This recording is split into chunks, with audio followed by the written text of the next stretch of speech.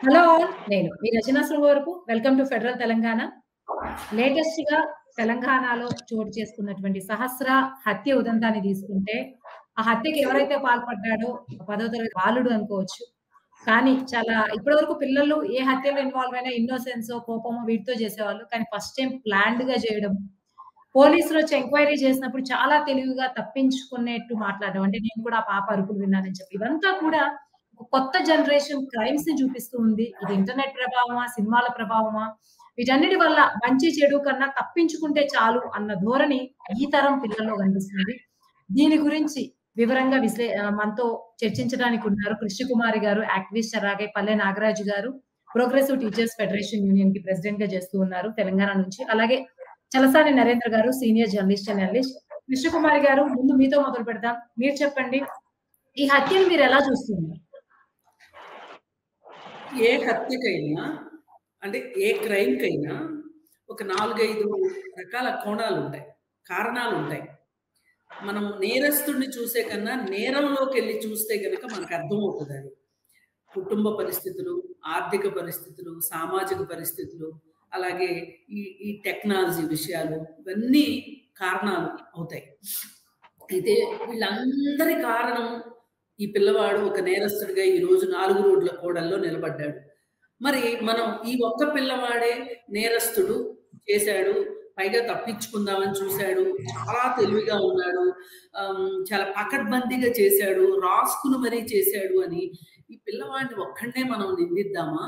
లేకపోతే ఈ నేరం జరగడానికి ఉన్న మిగతా కారణాలను కూడా మనం విశ్లేషించుకుని అసలు ఈ నేర స్వభావం ఎందుకొస్తుంది అనేది ఆలోచించి దీని ద్వారా మనం ఏమైనా సామాజికంగా కొన్ని చర్యలు చేపడితేనే ఈ నేరాలు ఆగుతాయి. మనం ఈ యొక్క నేరం గురించి మాట్లాడుకుని వదిలేయడం కాదు. మళ్ళీ ఇలాంటి నేరాలు జరగకూడదు అంటే మొదటిగా ఆ పిల్లవాడు తండ్రి తాగుబోతు, బాధ్యత లేని తండ్రి, నిత్యం పని పాట చేయకుండా ఇంట్లో ఉండి ఉన్నందువల్ల తల్లి పని పాటలు చేసి 3 పిల్లల్ని, భర్తని పోషిస్తుంది ఆమె. అలాంటి ఆమెతో ఇతను నిత్యం గొడవలు పడుతూ, డబ్బుల గురించి డిస్కషన్స్ చేసుకుంటూ, ఆమె దగ్గర ఎలా అయినా డబ్బులు తీసుకొని తాగి పడుకోవడం తప్పితే ఏమీ చెయ్యడు. పైగా గొడవలు పడే మనిషి. తండ్రిగా ఉన్న పిల్లవాడు ఏ రోల్ మోడల్ తోటి సరిగా ఉంటాడు. అలాంటి సందర్భంలో అతనికి ఎడారిలో ఒయాసిస్ లాగా ఈ టెక్నాలజీ కనిపించింది. ఈ వెబ్ సిరీస్. అలాగే వెబ్ సిరీస్ కాకపోయినా గానీ టీవీలో వచ్చే సిఐడి స్టోరీ. ఈ సిఐడి స్టోరీ చూసి అతను ఒక సిఐడి ఆఫీసర్ అవుదాం అనుకుంటున్నాడు. కానీ సిఐడి ఆఫీసర్ చదువుకుంటే అవుతారు, చూస్తే కారు అనే ఒక చిన్న లాజిక్ కూడా ఆ పిల్లాడిలో అసలు లాజికల్ బ్రెయిన్ డెవలప్ కాలా. ఆ పిల్లాడిలోనే కాదు, ఆ వయసులో మనం కూడా అలాగే ఉంటాం. మనకి లాజికల్ బ్రెయిన్ డెవలప్ కాదు, ఎమోషనల్ బ్రెయినే అతన్ని డ్రైవ్ చేసింది.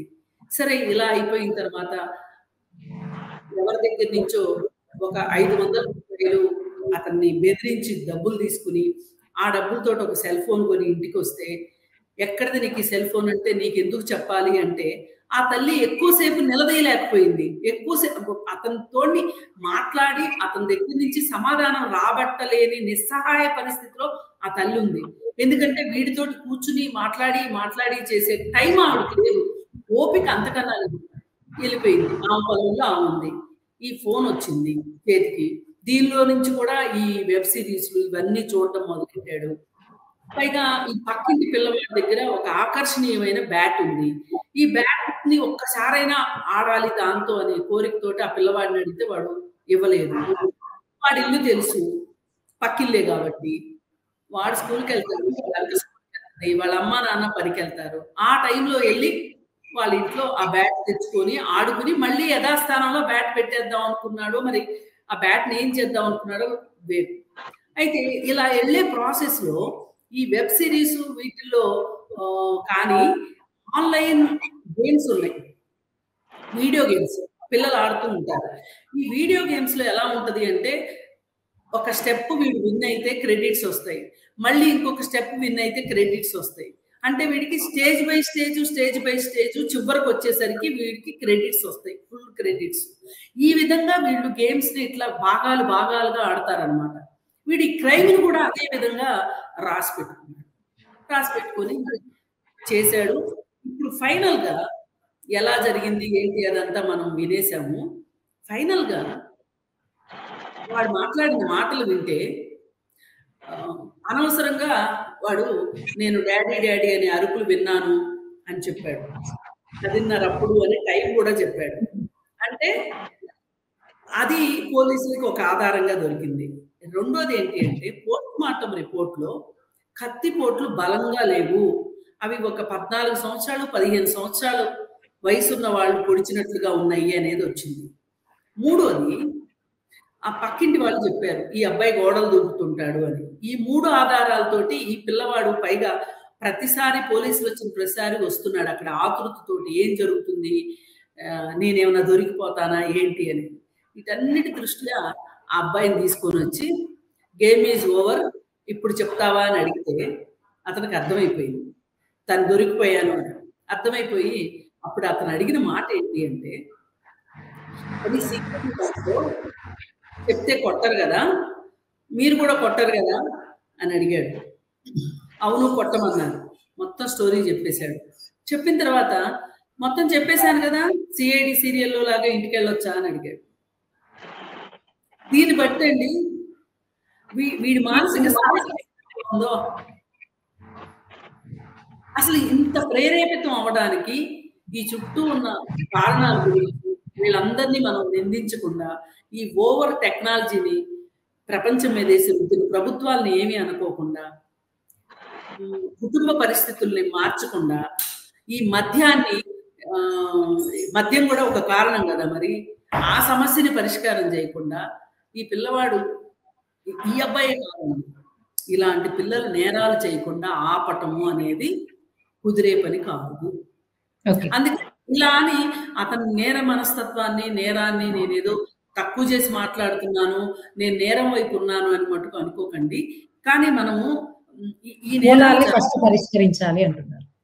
మూలాల్ని పరిష్కరించాలి అంటున్నారు. ఆలోచించాలి. థ్యాంక్ యూ కృష్ణ కుమార్ గారు, డీటెయిల్ గా చెప్పారు, మొత్తం అనలైజ్ చేశారు. నాగరాజు గారు మీరు చెప్పండి, ఒక టీచర్ గా మీరు ఎంతో మంది స్టూడెంట్స్ అబ్జర్వ్ చేస్తూ ఉంటారు. ముఖ్యంగా ఆ స్టేజ్ కి వెళ్ళాలంటే చాలా రిచ్ అయ్యి చాలా కంఫర్టబుల్ లైఫ్ స్టైల్ ఉంటే అసలు ఇటువంటి సిచ్యువేషన్స్ రావు. స్కూల్స్ యాక్చువల్ గా విద్యార్థులకు ఉన్నటువంటి ఎటువంటి బ్యాక్గ్రౌండ్ వాళ్ళ మీరు చూస్తూనే ఉంటారు చేసేవాళ్ళు. ఇతను కూడా స్కూల్లో చదువుతున్నాడు కాబట్టి విద్యలో ఏమన్నా లోపమా, లేకపోతే ఎందుకంటే టీచర్స్ కానీ వాల్యూ ఆఫ్ ఎడ్యుకేషన్ కానీ అన్ని కూడా మోరల్సే బోధిస్తుంది.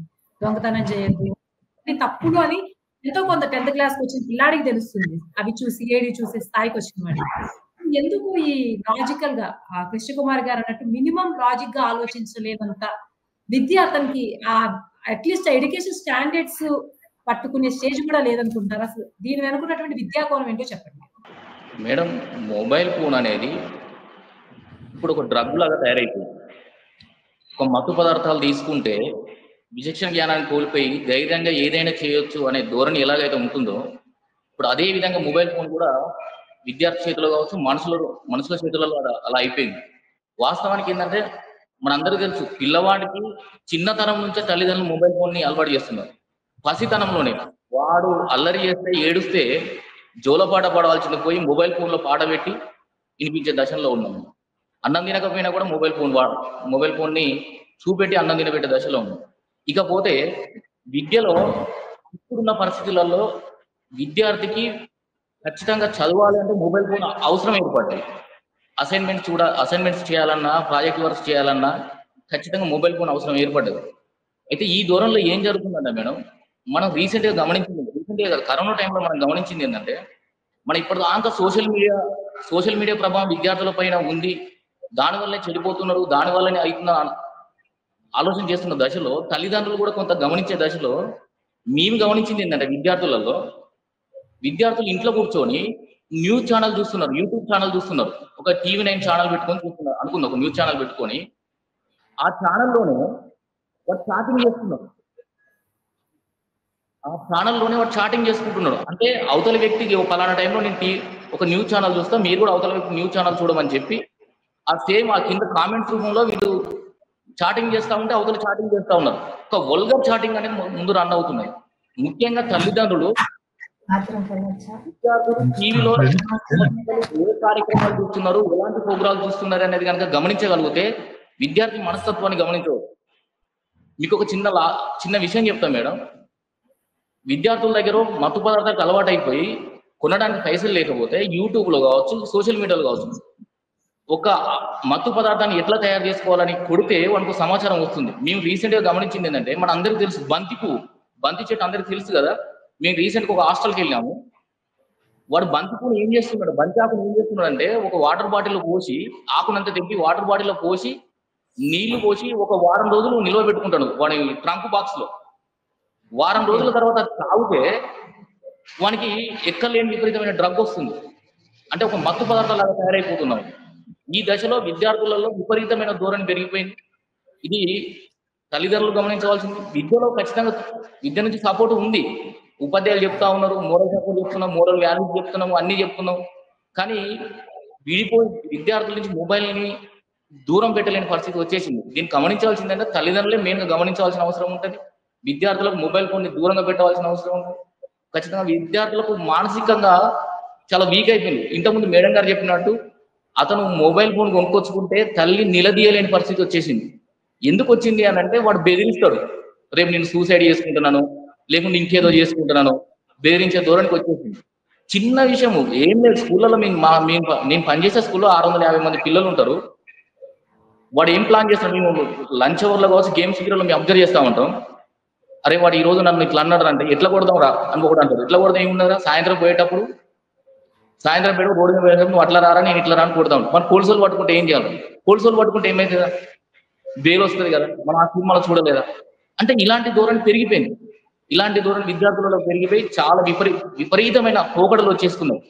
మొబైల్ ఫోన్ని మనకు ఆల్రెడీ కర్ణాటకలో మనకు తెలుసు, కర్ణాటకలో 2023లో ఒక చట్టం తీసుకొచ్చారు. 18 సంవత్సరాల్లో పిల్లలు, హైకోర్టు ఒక తీర్పు ఇచ్చింది. 18 సంవత్సరాల్లో పిల్లలు ఈ మొబైల్ ఫోన్ దూరంగా ఉంచాలని. అది మన గవర్నమెంట్ కూడా, సెంట్రల్ గవర్నమెంట్ కూడా చైల్డ్ డేటా ప్రొటెక్షన్ ఒక యాక్ట్ కూడా తీసుకొచ్చింది. కానీ ఎన్ని యాక్ట్లు తీసుకొచ్చినా వాడిని ఎట్లా ఆపగలుగుతాం మనం? ఎక్కడ ఆపలేని పరిస్థితి ఉన్నది. అంటే తల్లిదండ్రులు మొబైల్ ఫోన్ ఖచ్చితంగా దూరంగా ఉంచాల్సిన పరిస్థితి ఉంది. దీని మీద వర్క్ షాప్ నిర్వహించాల్సి ఉంది. డ్రగ్స్ మీద ఎట్లయితే గవర్నమెంట్ ఫ్రీ డ్రగ్ అని ఎట్లయితే కార్యక్రమాలు తీసుకుంటా ఉన్నదో, ఈ సోషల్ మీడియా ప్రభావం మీద కూడా విద్యార్థులపైన ఎలా ఉంటుంది అనేది వర్క్ షాప్స్ కావచ్చు, పెద్ద సెమినార్లు కావచ్చు, అవగాహన కార్యక్రమాలు కూడా పాఠశాలలో పెట్టాల్సిన అవసరం ఉన్నది. విద్యార్థులకు అవగాహన కల్పించవలసిన అవసరం ఉన్నది. అప్పుడైతేనే విద్యార్థులు ఆ దూరం నుంచి బయటపడడానికి అవకాశం ఉంటుంది. ఈ చిన్న పిల్లలు 16 సంవత్సరాల పిల్లలు, 10వ తరగతి పిల్లలు కాదు, నేను చూస్తూనే ఉన్నాను. చిన్న పిల్లలు 5వ తరగతి పిల్లలు, 6వ తరగతి పిల్లలు, 7వ తరగతి పిల్లలు కూడా అమ్మాయిల్ని ఏ రకంగా ట్రీట్ చేస్తా ఉన్నారు సోషల్ మీడియా ప్రభావం వల్ల. చిన్నతనంలో 6వ తరగతి అమ్మాయి కూడా స్కూల్కి రాలేని పరిస్థితి ఉన్నది. అలాంటి పరిస్థితులలో మనం మొబైల్ని ఖచ్చితంగా దూరం పెట్టాల్సింది. సోషల్ మీడియా నుంచి ఖచ్చితంగా ఆ కంటెంట్ని, అందులో ఉన్న కంటెంట్ని మనం ఒక నిర్దిష్టమైన చట్టాన్ని తీసుకొచ్చినప్పుడు మాత్రమే కొంత మనం విద్యార్థులను ఆ దశ నుంచి బయటపడాల్సిన అవసరం ఇంకా అవకాశాలు ఎక్కువ ఉంటాయి. థ్యాంక్ యూ నాగరాజ్ గారు. నరేంద్ర గారు, ఒక జనరల్ గా మీరు చూసినప్పుడు, ఒక అనలిస్ట్ గా ఈ పరిణామం ప్రభావాన్ని మీరు ఎలా చూస్తున్నారు? అంటే ఇటువంటి సంఘటనలు తరచూ జరుగుతూ ఉంటాం.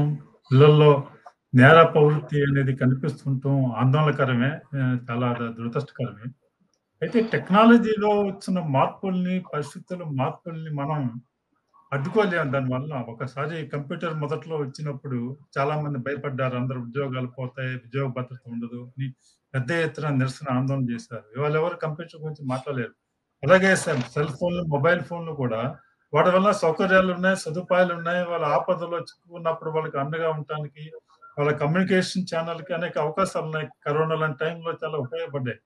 కాబట్టి వాటి వల్ల దుష్ప్రభావం లేకుండా బాలలను ఏ విధంగా మనం కాపాడాలి. ఇందాక మేడం గారు చెప్పారు, వాళ్ళ చుట్టూ ఉన్నటువంటి కుటుంబంలో ఉన్న పరిస్థితులు, సమాజంలో ఉన్న పరిస్థితులు, మళ్ళీ వాళ్ళ టీవీ ప్రోగ్రామ్స్ లో, మీరు ఎక్కడో వేరే ఛానల్స్ మామూలు టీవీ ప్రోగ్రామ్స్ లో సీరియల్స్ చూడండి, అన్నింటిలో కూడా ఆడవాళ్ళందరూ దాంట్లో విలన్లుగా కనిపిస్తారు. ఇటువంటి ఆ టీవీ ఎప్పుడో ఒక విలన్ పాత్ర ఉంది, ఒక సంఘటన ఒక రోజు ఉంటే చాలు, ఇక ప్రతిరోజు దాని మీదే సీరియల్ మొత్తం జరుగుతూ ఉంటాయి. ఈ విధంగా ఇలాంటి వాతావరణంలో పిల్లలు భిన్నంగా ఎదుగుతారు, పెరుగుతారు అనుకునే అవసరం లేదు. అంత మాత్రం చేత వాళ్ళ ఆలోచన శక్తి గాని, వివేకవంతం లేదే పరిస్థితులు లేవని కూడా లేవు. ఒక 10 ఏళ్ల క్రితం, 15 ఏళ్ల క్రితం పోల్చుకుంటే ఇవాళ పిల్లలు చాలా తెలివైన వాళ్ళు. వాళ్ళలో ఆలోచన శక్తి ఎక్కువుంది. వాళ్ళ సొంత నిర్ణయాలు తీసుకోగల శక్తి ఎక్కువుంది ఇవాళ. అయితే దురదృష్టవశాత్తు ఇవాళ మనం 100 సంవత్సరాల క్రితం నాటి క్రిమినల్ లాస్ ఈనాడు 70, 80 ఏళ్ల క్రిమినల్ లాస్ ఇవాళ ఫాలో అవుతున్నాం. పోస్కో యాక్ట్ వచ్చి 18 సంవత్సరాలు పిల్లలందరూ కూడా ఏ చేసినా కూడా నేరస్తులుగా పరిగణిస్తూ వాళ్ళని ఒక క్రిమినల్ మైండ్ తో మనం చూస్తూ వాళ్ళలో ఒక సామాజికంగా ఎలాంటి మార్పులు రావాలి ఏంటి అనే విషయాలు ఆలోచించకుండా కేవలం క్రిమినల్ దృష్టితో చూడటం వలన ఉదాహరణ కొద్ది రోజుల క్రితం ఈ మధ్య అనుకుంటాం ఒక 17 ఏళ్ల యువకుడు 16 ఏళ్ల యువతతో లైంగిక సంబంధం పెట్టుకున్నా అని ఆ యువకుని అరెస్ట్ చేశారు. అంటే ఇవాళ వాళ్ళ మంచా చెడ్డదా అది మోసం చేస్తాడు అది రెండో విషయం. కానీ ఆ విధంగా ఆలోచించుకునే వాళ్ళిద్దరికి ఆలోచన లేదు, నిర్ణయం తీసుకోలేరని దాన్ని ఒక నేరంగా ఒక 100 సంవత్సరాల క్రితం ఒక 1950 ముందు బాల వివాహాలు మన దేశంలో చట్టసమ్మతం. ఆనాడు పరిస్థితుల్లో హిందూ కోడ్ బిల్ వల్ల బాల వివాహాలని రద్దు చేయటం అవసరమైంది. ఆనాడు ఒక సామాజిక సంస్కరణగా వచ్చింది. కానీ ఇవాళ 15 ఏళ్ళకి 16 ఏళ్ళకు కూడా పిల్లలు తమ కొన్ని నిర్ణయాలు తీసుకోగలిగినటువంటి వివేకం వాళ్ళ ఆలోచనలు వాళ్ళు చేయగలుగుతున్నారు. కాబట్టి మారిన పరిస్థితికి అనుగుణంగా ఈ క్రిమినల్ లాలో కూడా మార్పులు రావాలి. ఆ తర్వాత సామాజిక పరిస్థితుల్లో కూడా దానికి టీవీ ప్రోగ్రామ్స్ కానీ మన మొబైల్లో వచ్చేటువంటి కార్యక్రమాలు కానీ వాటి మీద నియంత్రణ అసలు ఎక్కడ ఉంది, ఏముంది, ఎవరు అసలు చైనా లాంటి ఒక నిరంకుశ దేశం అనేటప్పుడు ఒక బ్రహ్మాండమైనటువంటి డేటా ప్రొటెక్షన్ యాక్ట్ ఆ దేశంలో పౌరులకి స్వేచ్ఛ ఉంది. కానీ మన దేశంలో లేదు. ఇవాళ ఎవరైనా ఏదైనా సరే డేటా ప్రచారం చేయవచ్చు. కాబట్టి ఈ విషయాల్లో మొత్తం సామాజిక బాధ్యతగా చేసి దాన్ని ఏం చేయాలనేది ఆలోచన చేయాల్సిన అవసరం ఉంది. థ్యాంక్ యూ నరేంద్ర గారు. కృష్ణకుమారి గారు మీరు చెప్పండి. ఒకవైపు టెక్నాలజీ నుంచి దూరం చేయడం అనేది అంత ఈజీ కాదు, అది ప్రాక్టికల్ గా కనబడుతుంది. ఎందుకంటే ఇప్పుడు చాలా మంది అసైన్మెంట్స్ తో సహా చాలా మంది ఫోన్స్ కానీ నెట్ కానీ అంతా వాడుతూ ఉన్నారు. ఇంకా చాలా సోషల్ మీడియా అంతా కూడా కామన్ అయిపోయింది. ఈ నేపథ్యంలో ఇంకేం చేయొచ్చు? ఏం చేస్తే అట్లీస్ట్ ఇది నేరం అని తెలిసి చేస్తున్నాడా, తెలిస్తో తప్పించుకున్నామని ధీమాతో చేస్తున్నారా ఆ పిల్లలు, ఇదేదో సీరియల్ వైజ్ వెళ్తుందని ఈ ఇన్సిడెంట్ లో తెలియంది. సో ఈ టెక్నాలజీని వాడుతూ వాళ్ళలో ఏది నేరం ఏది నేరం కాదు, ఏది మంచి ఏది చెడు, ఇలా విచక్షణ చేసేందుకు విచక్షణ తెలుసుకునేలా వాళ్ళని ఇంత ఇన్ఫర్మేషన్ ఉంది కాబట్టి అది మంచిది కూడా వాడచ్చు. సో ఏ డైరెక్షన్ లో డ్రైవ్ చేస్తే బెటర్ రిజల్ట్స్ రావచ్చు? ఇప్పుడు మనము పులిని చూసి నక్కవాతలు పెట్టుకుంది అన్నట్లు కొన్ని దేశాల్లో ఒక సామాజిక స్థాయి ఉంటుంది. టెక్నాలజీని తీసుకోగలగటానికి కానీ లేకపోతే అభివృద్ధిని అర్థం చేసుకోవటానికి కానీ ఒక స్థాయి గ్రహించే శక్తి, ఇముడ్చుకోగలిగిన జ్ఞానం కూడా ఉంటుంది. ఇప్పుడు మన దేశంలో చూడండి, నేను పీజీ చేశాను కానీ నాకు సెల్ ఫోన్ గురించి ఏమీ తెలియదు. ఇప్పుడు నాకు ఈ సెల్ ఫోన్ గురించి నాకు కావాలి అనుకోండి ఇన్ఫర్మేషన్, నేను ఖచ్చితంగా మా అబ్బాయి మీద మా అమ్మాయి మీద ఆధారపడతా. అప్పుడు ఇమ్మీడియట్ గా ఆ పిల్లవాడిలో వచ్చే ఒక ఎడ్రిలిన్ పొంగిపోతుంది. అంటే నేను మా అమ్మకి తెలియంది నాకు తెలుసు, ఇది నేను మా అబ్బాయికి కల్పిస్తున్నాను, ఇది నేను చేస్తున్న తప్పు. ఇప్పుడు టీచర్లు మన బుక్ ఉంటది కదా, డైరీ బుక్ లో ఇదివరకు రాసుకోలేని పిల్లలకి టీచర్ రాసేది, రాసుకోగలిగిన పిల్లలకి బ్లాక్ బోర్డ్ మీద రాస్తే పిల్లలు డైరీలో వచ్చేవాళ్ళు మా పిల్లల టైంలో. ఇప్పుడు వాట్సాప్ గ్రూప్ పెట్టి ఆ గ్రూప్ లో పెడుతున్నారు. ఇది అవసరమా అండి? అసలు ఇంత టెక్నాలజీని ఫస్ట్ క్లాస్ నుంచే చేయడము అనేది మనం చేసిన అతిపెద్ద పొరపాటు. ఏది ఏమైనప్పటికీ ఇవాళ మన దేశంలో స్వాతంత్రం వచ్చినప్పటి నుంచి మొదట్లో ఏమో కొన్ని సంవత్సరాలు కానీ ఆ తరువాత నుంచి విద్య మీద ఫోకస్ బాగా తగ్గింది. బడ్జెట్లో 6% ఇవ్వాలి విద్య కోసము అనుకున్నది. అది పై విద్య అవనండి, మధ్య విద్య అవనండి, కింద విద్య అవనండి అనుకుని మనము అనుకున్నాం. కానీ 2.5% ఇస్తున్నాం. ఇది ఈవేళ ఉన్న పరిస్థితుల్లో ఏమాత్రం సరిపోదు. ఇది ఎందుకు చెప్తున్నానంటే అంటే ఈ టెక్నాలజీ ఒకటి వచ్చింది. ఇది మనము విద్యార్థుల మీద, విద్యాలయాల మీద, టీచర్ల మీద మనం ఇంపోజ్ చేయబోతున్నాము. ఈ చేయబోయినప్పుడు దీనివల్ల రాబోయే ఎఫెక్ట్స్ ఏంటి? ఇప్పుడు మన అట్రాలు ఒక ఫ్లైఓవర్ వేస్తుంటేనండి, ఈ ఫ్లైఓవర్ వేయడం వల్ల లాభం ఎంత? అక్కడ ఎంతమందికి ఇళ్ళు కోల్పోతారు, ఎన్ని చెట్లు కొట్టేస్తారు, ఎంతమందికి లైవ్లీహుడ్స్ పోతాయి, ఆ రోడ్ల పక్కన ఉన్న లైవ్లీహుడ్స్ పోతాయి అని మనము ఒక అసెస్మెంట్, సోషల్ ఇంపాక్ట్ అసెస్మెంట్ అని SIA మనం చూస్తాం. మరి అలాంటప్పుడు ఇంత పెద్ద టెక్నాలజీ వస్తుంది ఈ దేశంలో, పైగా అందరి స్థాయి ఒకలానే లేదు ఈ దేశంలో. ఇప్పుడు చదువుకోని తల్లిదండ్రుల పిల్లలు పరిస్థితి ఒకలా ఉంటుంది, చదువుకున్న పిల్లల తల్లిదండ్రుల పరిస్థితి ఒకలా ఉంటుంది. ఈ గుర్రాన్ని గాడిదని ఒక గాట కట్టలేం కదా. మరి ఇలాంటప్పుడు మనం ఎలాంటి చర్యలు తీసుకోవాలి? రాబోయే సమస్యలు ఊహించగలగాలి, ఊహించిన సమస్యలకి పరిష్కారాన్ని కనిపెట్టగలగాలి. ఇలాంటి ఎక్సర్సైజ్ మనం చేశామా? నేను మొత్తం అందు గురించే ఈ పెద్ద బాధ్యత, ఈ పెద్ద పొరపాటు, పెద్ద తప్పు ప్రభుత్వమే చేసింది. అది సరిదిద్దవలసింది కూడా ప్రభుత్వమే. ఈ రోజు ప్రభుత్వం ఒక నిర్ణయం తీసుకోవాలి. మన దేశంలో ఈ టెక్నాలజీ వల్ల ఇలాంటి పరిస్థితులు వస్తున్నాయి, ఈ వచ్చే సినిమాల వల్ల పిల్లలు ఈ విధంగా ఇబ్బంది పడుతున్నారు. ఇప్పుడు యానిమల్ అని ఒక సినిమా వచ్చిందండి. ఆ యానిమల్ సినిమాలో ఒక పిల్లాడు గన్ను తీసుకొని వెళ్ళి కాలుస్తాడు. అందరి పిల్లలకి గన్నులు దొరకవు. ఒక పోలీస్ ఆయన కొడుక్కి గన్ను దొరికింది ఇంట్లో. వాడు వెళ్ళి వాళ్ళ స్కూల్కి వెళ్ళి వాళ్ళ క్లాస్లో పిల్లోడిని కాల్చాడు. వాడు చనిపోలేదు, అంతవరకు అదృష్టం. ఇప్పుడు వీడేమనుకున్నాడంటే ఆ సినిమాలో పోలీసు రాడు. వాడు ఏమనుకున్నాడు, నన్ను ఎవరో ఏమి చేయరు అనుకున్నాడు. మహా అయితే ఇంటికి వచ్చిన తర్వాత సినిమాలో చూపించినట్టు మా నాన్న చెంపదెబ్బేస్తాడు అనుకున్నారు. అసలు ఆ సినిమాని, ఈ చట్టానికి పూర్తిగా వ్యతిరేకమైన సినిమాని ఎలా మనము సెన్సార్ ఇచ్చాం చెప్పండి? పైగా అందులో నటించిన నటుడికి ఉత్తమ నటుడు అవార్డు ఇచ్చాం మనం. నేషనల్ ఫిలింఫేర్ అవార్డు వచ్చిందండి. ఇది ఎంత బాధాకరం. మనం అసలు ఈ విధానంలో ఈ ఇంపాక్ట్ పడుతుంది అని మనం ఆలోచించినంత కాలం, ఇప్పటికైనా ఆలోచించకపోతే మనం సమాజం నుంచి వచ్చే సవాళ్ళని అసలు మనం అర్థం చేసుకునేంత మానసిక స్థాయి కూడా మనకి ఇప్పుడున్న పరిస్థితి. ఆంధ్రప్రదేశ్లో చూడండి, ట్యాబ్లు ఇచ్చారు కదా. ట్యాబ్లు ఇస్తే టీచర్ల దగ్గర పాస్వర్డ్లు ఉంటాయి. అయితే వీళ్ళు ఎట్లా కొట్లా ఆ పాస్వర్డ్ని క్రాక్ చేసి కొంతమంది పిల్లలు పోర్ను చూడటం మొదలెట్టి అంతటితో ఆగారా? వాళ్ళు ఎక్స్పెరిమెంట్ చేశారు. వాళ్ళు చెప్పారు, ఇదే మాట చెప్పారు, మీరు ఎందుకు చేశారు ఈ పని అని 12 ఏళ్ల పిల్లల్ని అడిగితే, మేము పోర్ను చూసాము, ప్రాక్టికల్ చేద్దాం అనుకున్నాము, ఏమవుతుందో చూద్దాం అనుకున్నాం. ఈ ప్రాసెస్లో ఆ 9 ఏళ్ల పిల్ల చచ్చిపోయింది. చచ్చిపోతే ఇంటికి వచ్చి చెప్పారు. ఈ తల్లిదండ్రులు ఇంకా తెలివైన వాళ్ళు. వీళ్ళు ఏం చేశారంటే ఒక రాయి కట్టి ఆ శవానికి కాలంలో నదిలో పడేశారు. ఇప్పుడు ఇంతవరకు ఆ శవం, ఆ పాప దొరకలా, ఇక దొరకదు కూడా. మరి దీనికి ఏం చెప్తాం చెప్పండి? అనవసరమైన టెక్నాలజీని మనం ఎందుకు వేసి రుద్దాము?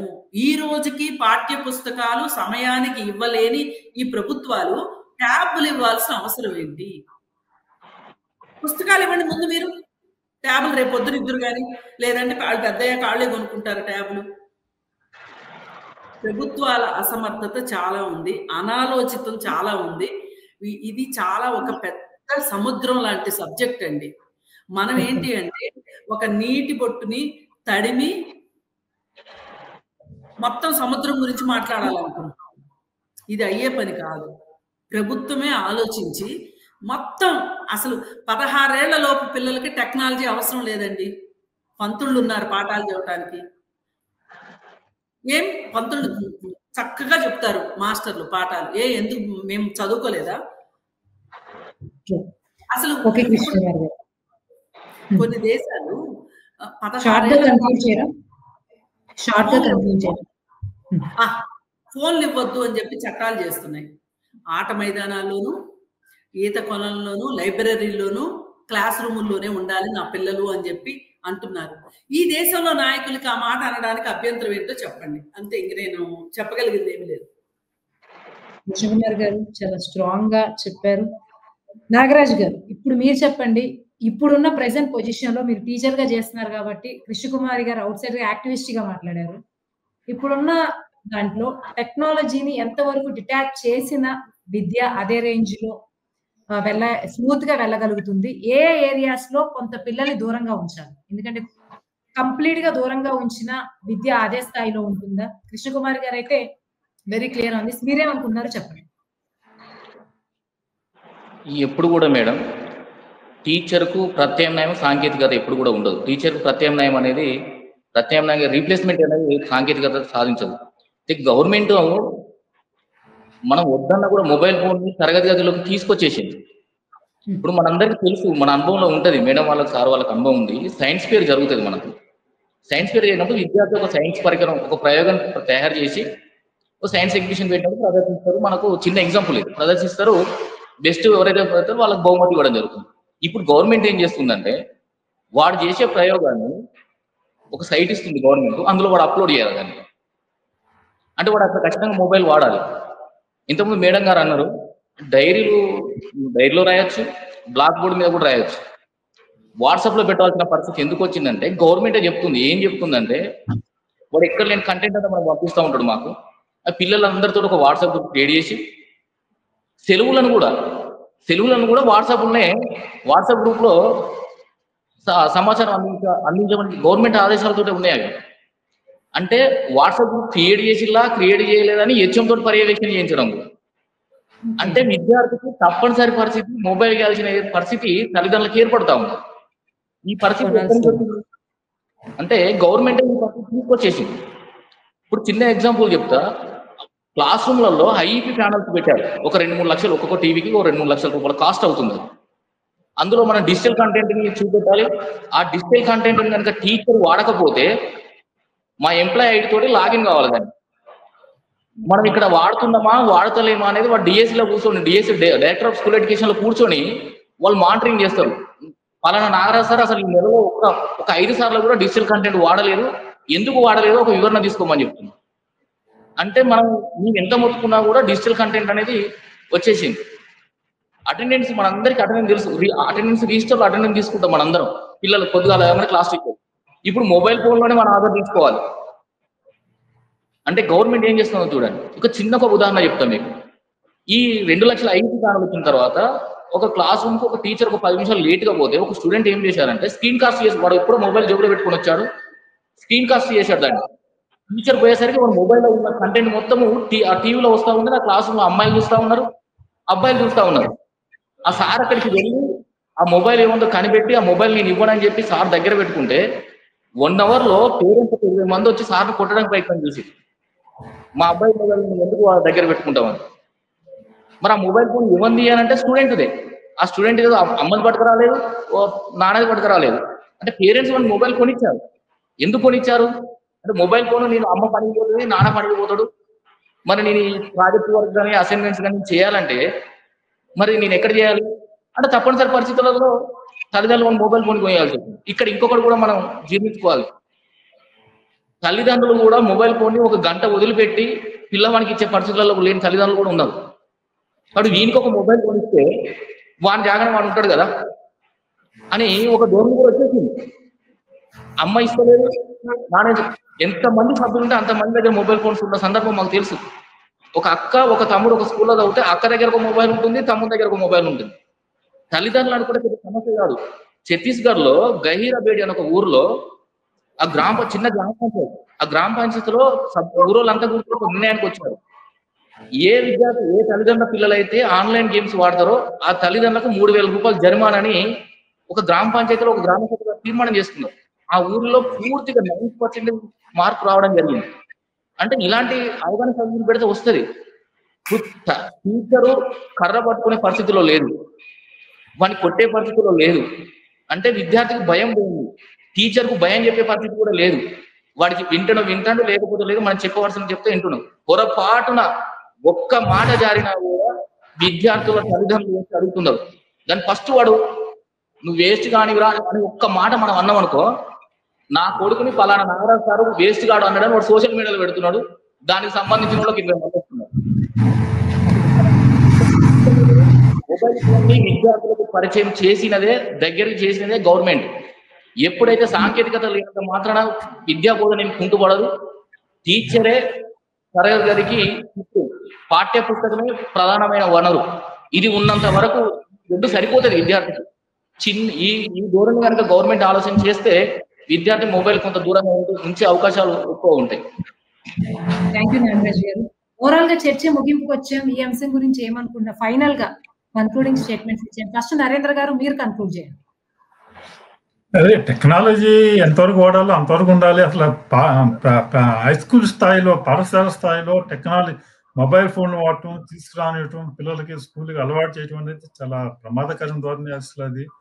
అది అసలు ప్రభుత్వం మేడం గారు చెప్పారు, ఎడ్యుకేషన్ ప్రియారిటీ లేదన్నారు. గవర్నమెంట్ కి 1991 నుంచి ముఖ్యంగా గవర్నమెంట్ ప్రియారిటీలో ఎడ్యుకేషన్ లేదు.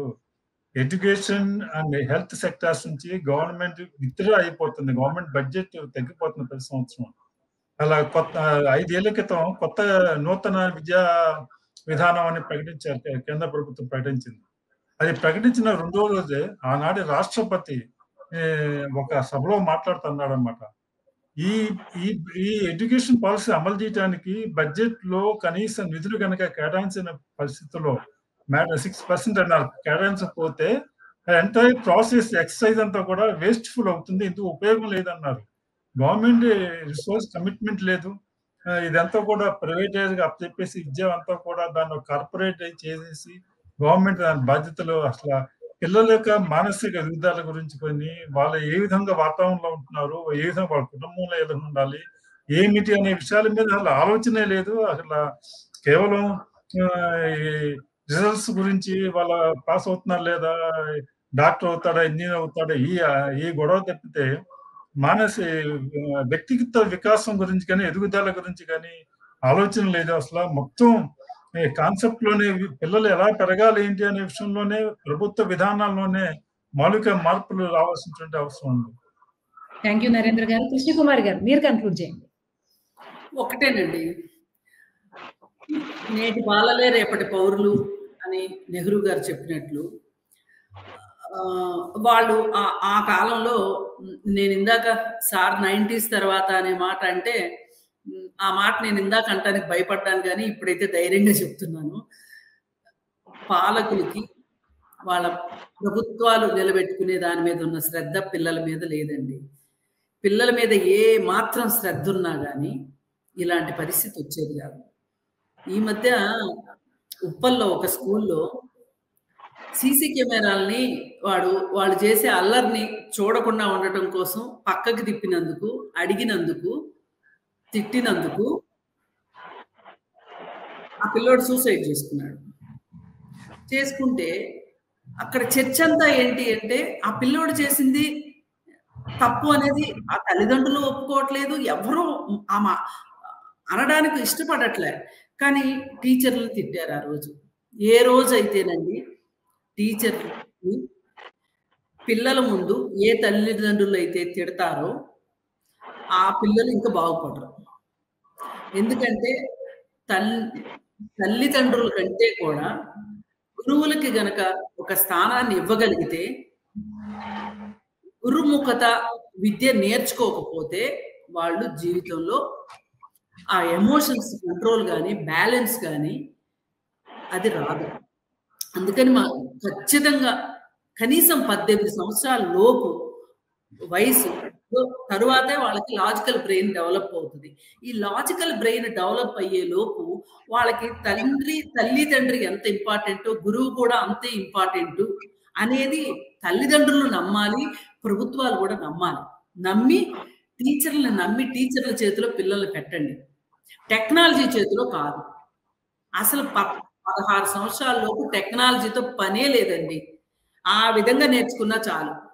ఇప్పుడు ఈ రోజు మనం ఏమంటున్నాము, గురుకుల విద్యా విధానాన్ని బ్రిటిష్ వాళ్ళు వచ్చి నాశనం చేసి ఈ మెకాలే విద్యా విధానాన్ని ప్రవేశపెట్టారు అని అంటే కొంతమంది మాట్లాడుతున్నారు. మరి ఈ రోజు గురుకుల విద్యా విధానం కరెక్ట్ అని మనం నమ్మితే గనక ఈ టెక్నాలజీ ఎందుకు వచ్చి చేరింది? అందుకని ఈ విద్యా విధానం గురించి కనీసంలో వారంలో ఒక రోజు ప్రతి న్యూస్ ఛానల్ పిల్లల ప్రోగ్రాం గురించి, పిల్లల మంచి చెడుల గురించి, వాళ్ళు నేర్చుకోవాల్సిన దాని గురించి ప్రోగ్రామ్స్ చేయాలి. అలాగే లైబ్రరీలు పెంచాలి. అలాగే టీచర్లకి ఎక్కువ ఓరియంటేషన్ క్లాసులు అవన్నీ చాలా డబ్బులు విద్యా విధానంలో కూడా వాళ్ళు కేటాయించేది తక్కువైతే పొక్కేది ఎక్కువ అవుతుంది. ఇట్లాంటివన్నీ నియంత్రించాలి. కనీసం గుడి బడి దగ్గరైనా సరే మనము ఒక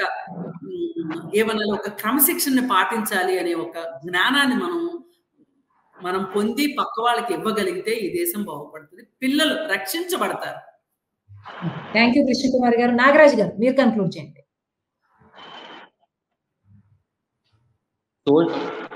సోషల్ మీడియా ద్వారా సాంకేతికత ఎంత ప్రయోజనాలు ఉన్నాయో, ఎంత నష్టం జరుగుతుందో, ఎన్ని నష్టాలు జరుగుతున్నాయో విషయాన్ని కూడా విద్యార్థులకు చెప్పగలగాలి. ఇంతకుముందు మేడం గారు చెప్పినట్టు విద్యార్థులకు, తల్లిదండ్రులకు, అదేవిధంగా ఉపాధ్యాయులకు కూడా సోషల్ మీడియా ప్రభావం విద్యార్థులపైన ఏ విధంగా చెడు ప్రభావం తీసుకొస్తుంది అనేది వర్క్ షాపులు కూడా నిర్వహించాల్సిన అవసరం ఉంది.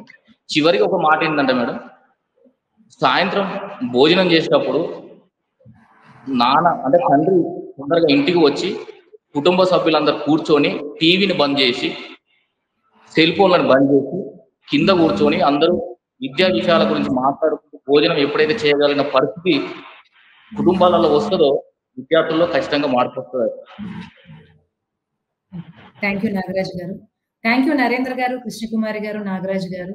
ఓవరాల్ గా ఈ పరిస్థితికి కారణం ఓవర్ ఇంటెలిజెన్స్ ఆఫ్ టెక్నాలజీ అని చెప్పుకోవచ్చు.